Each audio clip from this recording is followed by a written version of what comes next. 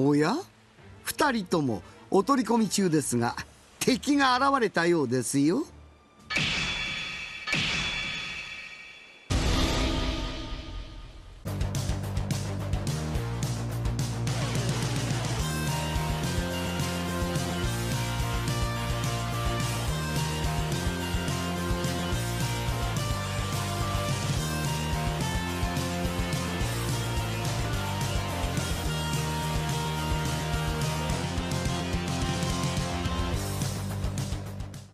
Vous avez un surcarton qui n'est pas commun puisque normalement ça c'est réservé hors de l'Europe. Mais là c'est pour tout le monde. Donc, tout le monde a droit donc à un surcarton pour cette figurine. Salut tout le monde, bienvenue sur ma chaîne Mikado Otaku. Aujourd'hui je vais vous présenter une figurine Sangoku Clone. Il avait un événement qui s'est passé en mars 2021 qui s'appelle le Dragon Ball Games Battles Out Event exclusif. Cette figurine était vendue tout le mois de mars pour chaque personne. C'était limité à 2 figurines par client. Ce personnage est apparu dans le jeu Dragon Ball Factor Z. On peut voir que sur la boîte on a un design qui est plutôt pas vraiment différent comparé aux autres boîtes, mais par contre on a une colométrie différente puisqu'on nous avons en fait sur toute la languette en bas, enfin sur tout le bas, nous avons du noir et pareil sur le côté. Voilà. Et moi j'aime bien ce procédé puisque ça permet justement de différencier chaque gamme, comme avec les events exclusifs Color Edition. Juste en bas, nous avons donc le logo Dragon Ball Fighter Z, donc le jeu sorti sur console et PC, l'événement Dragon Ball Games Battle Out Event exclusif, le fabricant Tamashii Nation et distribué par Bandai Spirit. Voilà donc le petit sticker de la Toei Animation version Europe et le petit logo de qualité, le sceau de qualité de Tamashii Nation. Donc sur l'arrière on a du rouge bordeaux carrément et sur cette tranche là voilà donc quelques figures de Goku et bien entendu derrière nous avons quelques poses comme à chaque fois sur chaque boîte et changement derrière puisque les distributeurs c'est Bandai Namco puisque là on achète directement au grossiste voilà. Donc c'était vendu 40 €.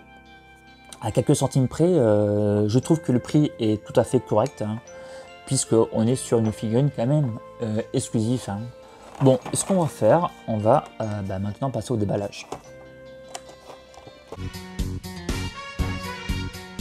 À l'intérieur, vous avez la petite notice, comme à chaque figurine de toute façon. Celle-ci est assez petite, en même temps, il n'y a pas beaucoup d'accessoires fournis à l'intérieur. Donc traduit en japonais et en anglais, donc pas de français. Comme d'habitude. Et nous avons un fond, cette fois-ci il n'est pas vraiment uni puisque nous avons un quadrillage. Voilà. Et bien sûr le plus important, la figurine avec ses accessoires. Donc voilà comment ça se présente. Donc forcément nous avons la figurine. On a 3 paires de mains pour le combat et une main avec pour la téléportation. Sur le personnage nous avons donc une paire de mains avec les poings serrés. Et en termes de visage, donc nous avons un visage qui est mécontent dessus. Un visage avec le petit sourire sur le coin, un autre visage énervé, bouche ouverte et avec les dents serrées. On regardera en fait les visages de plus près tout à l'heure. Alors le Sangoku, déjà ce qui me tape à l'œil c'est sa couleur qui est vraiment différente des autres figurines, puisque c'est normal puisqu'on est sur un personnage qui est maléfique et à la fois zombie. Donc il fallait qu'il ressemble on va dire à un mort. Donc pour ça, on fait des couleurs assez ternes, notamment au niveau de la peau. Je vais vous mettre juste à côté le Goku j'ai fait un unboxing dessus, si vous voulez le voir. Je vous mettrai le lien juste au-dessus, mais également en fin de vidéo. Et voilà. Rien que là, les couleurs pètent vraiment sur le modèle vivant, j'ai envie de dire. Après la sculpte, ça m'a l'air vraiment pareil. Si je regarde bien, du moins au niveau du corps, bien sûr, là vous avez juste le logo en plus, la ceinture a l'air pareil, non, elle est un petit peu différente. Vous avez une ceinture légèrement un peu plus, elle est pas si, elle est un peu plus haute en fait, ouais, elle est un peu différente. Le pantalon a l'air pareil, les godasses, ça se ressemble, il y a de la ressemblance, et au niveau du dos, ça m'a l'air d'être très ressemblant. Bien sûr, vous avez le logo sur le clone. Dans le dos, voilà, donc ça a l'air ressemblant. C'est pas exactement pile la même chose, mais c'est très ressemblant. Et au niveau de la hauteur, tiens, on va comparer la hauteur. La hauteur qui m'a l'air... Tiens, le Goku... Donc au logo clone, il y aurait donc... Attendez, je vais essayer de bien mettre les jambes comme il faut. Bien remonter. Pour pas que je me plante. Voilà, donc tous les deux sont... Voilà. Allez. Donc au niveau hauteur, au niveau épaule, on a quasiment la même chose. Hein. Peut-être ça va se jouer sur 1 mm. Et au niveau des cheveux, le clone a une pointe légèrement plus basse. Hein. Du moins la coupe de cheveux, on va dire que voilà, c'est pas exactement pile au millimètre près, mais ça se ressemble beaucoup en termes de taille. Donc déjà, on va déjà la mesurer. Hein.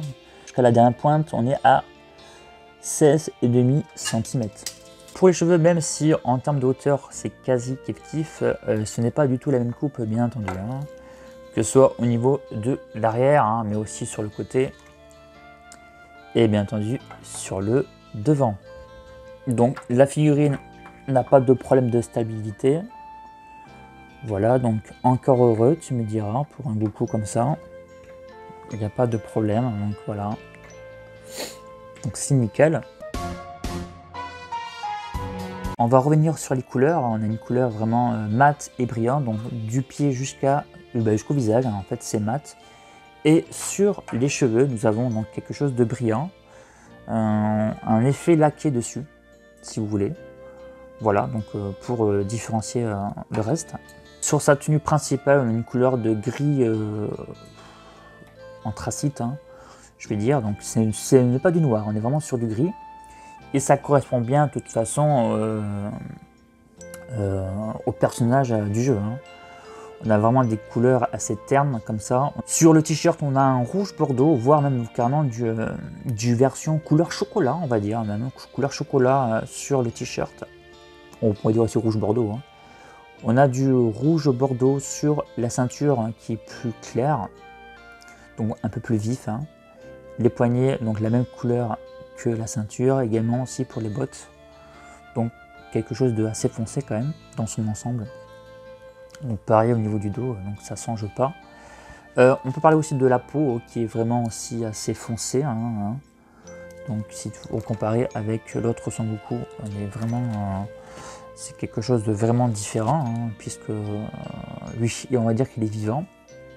C'est vrai que pour donner un côté un peu mort, hein, on va donner une couleur assez terne. Alors au niveau du visage, franchement pareil, donc on a une bonne finition. Comme la majorité des figurines Goku, hormis pour le Goku Super Saiyan maîtrisé, hein, qui avait justement une qualité pas terrible, je trouve, au niveau du visage. Mais ça, je vous ai fait une vidéo, donc vous pouvez le voir, hein, je vous laisserai de toute façon le lien. Mais sinon, sur celle-ci, on a quand même une bonne finition des visages, j'aime beaucoup l'expression. Les iris, donc bien, là on a un rouge vif, hein, voilà. La queue, voilà, donc les yeux bien rouge vif, justement avec le blanc à côté, donc ça ressort très bien. La bouche est bien visible, donc les oreilles bien faites, voilà, donc le visage, franchement, nickel. Voici de plus près les trois autres visages, donc voilà, donc en mode colère, celle qui est au milieu. Toujours en mode colère, mais avec les dents serrées, donc voilà, franchement bien fait et bien fini, pas de débordement. Et avec le petit sourire sur le coin. Donc voilà, donc c'est un point positif en tout cas au niveau des visages. Pour les mains, donc mat également. Quelques doigts crispés ici, donc pareil, donc c'est une main d'attaque, main de combat. Ici nous avons donc une paire de mains avec tous les doigts crispés. Ici avec tous les doigts en fait écartés. Ici la main avec les deux doigts serrés pour la téléportation. Donc pour le changement du visage, c'est à peu près le même principe que sur les autres figurines. Voilà. Et on remet sa petite mèche. Voilà. Pour ceux qui n'aiment pas en fait cette couleur, c'est-à-dire terne, vous avez une figurine non officielle également avec des couleurs un peu plus vives. Hein. Je vous laisserai une photo sur le côté. Maintenant, pour les articulations, au niveau de la tête. Donc vous pouvez donc tourner comme ça, à 360, sur le côté, vers le haut, vers le bas.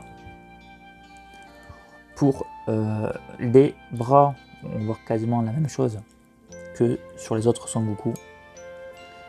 Ouf, on a une très grande rigidité au niveau des bras. Non, c'est pas pareil du tout. C'est pas pareil. On a vraiment une plus grande rigidité. Il faut vraiment forcer. Vous avez également donc une articulation au niveau du cou, au niveau du torse.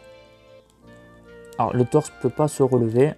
Non, c'est juste vous pouvez donc aller vers l'arrière. C'est très léger vers l'arrière. Hein. Vers devant, ok. Sur le côté, ok. Au niveau de la taille, il n'y a pas d'articulation. C'est un peu dommage. Ensuite, vous avez les poignets, le coude. Voilà, donc très grande rigidité. Hein. Voilà, les poignets. Vous pouvez toujours pivoter le bras, enfin tout l'ensemble avant-bras et biceps. Donc l'épaule ne bouge pas. Au niveau des jambes. Hein. Ouh là là. C'est dur. Qu'est-ce que c'est dur? Pourquoi c'est aussi dur? C'est très très dur, je trouve. Ah ok, c'est pas pareil du tout. Donc les jambes sont très dures. C'est un manque de fluidité. Hein. Voilà. Donc voilà, donc toujours un petit peu raide si vous écartez hein, à cause de la version 2.0. Voilà, donc je vais écarter au maximum que je peux faire.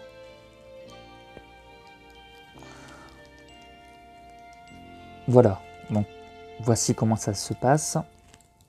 Ensuite, vous avez le genou. Ok. Ouais, donc très rigide. Hein. Très dur, hein, je trouve.